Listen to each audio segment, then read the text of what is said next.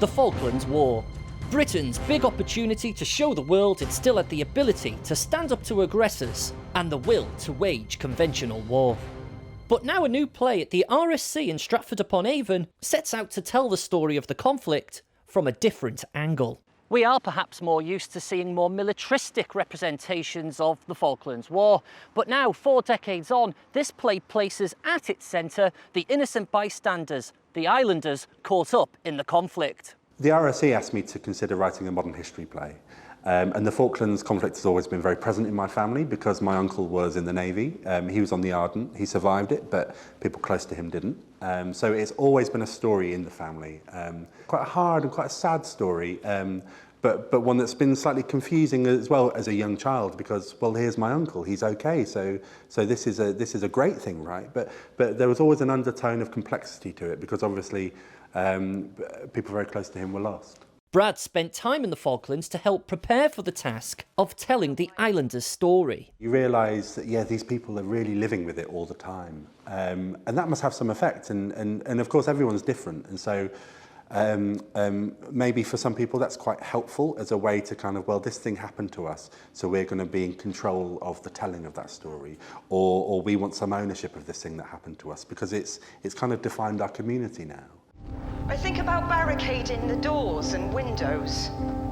How can I protect my boys? I pack a bag in case I need to go. But go where? We're trapped on this island. It's like a dream. I was born in 1985, so 3 years after the Falklands conflict happened. And so I grew up in the legacy of it, and I grew up in it being in the bones of Britain and in the bones of the mentality. Like my brother was born in 1982, and I think it did something to my mum and her fear of our future.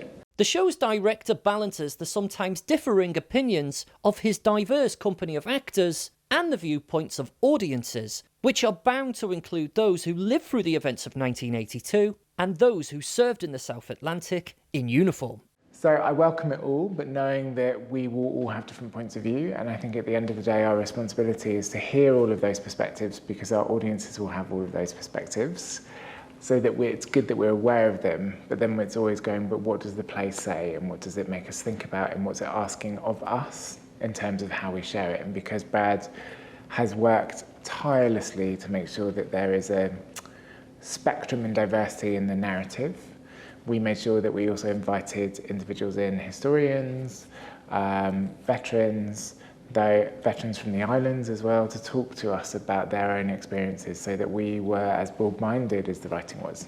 But is the play any good? There are moments on stage when the Argentinian soldiers are displayed in the most appalling of terms, but there are also moments when the British soldiers don't come off too well either. But don't forget, this isn't a play about the militaries fighting the actual war. It's a show about the community caught up in the conflict of it. There's also a rather large air of distance within the theme of the play. The island's distance from London, its distance in terms of the 41 years that have passed, but also the distance different generations today may feel about the war and the way in which it came about. It's clear, though, that militaristic representations of this most notable of British conflicts are not the only way to tell a tale about the Falklands War. Falklands Sound runs until September 16 at the Swan Theatre, Stratford. James Wharton, Forces News, Stratford-upon-Avon. Thanks for watching. For more from Forces News, like and subscribe to our channel.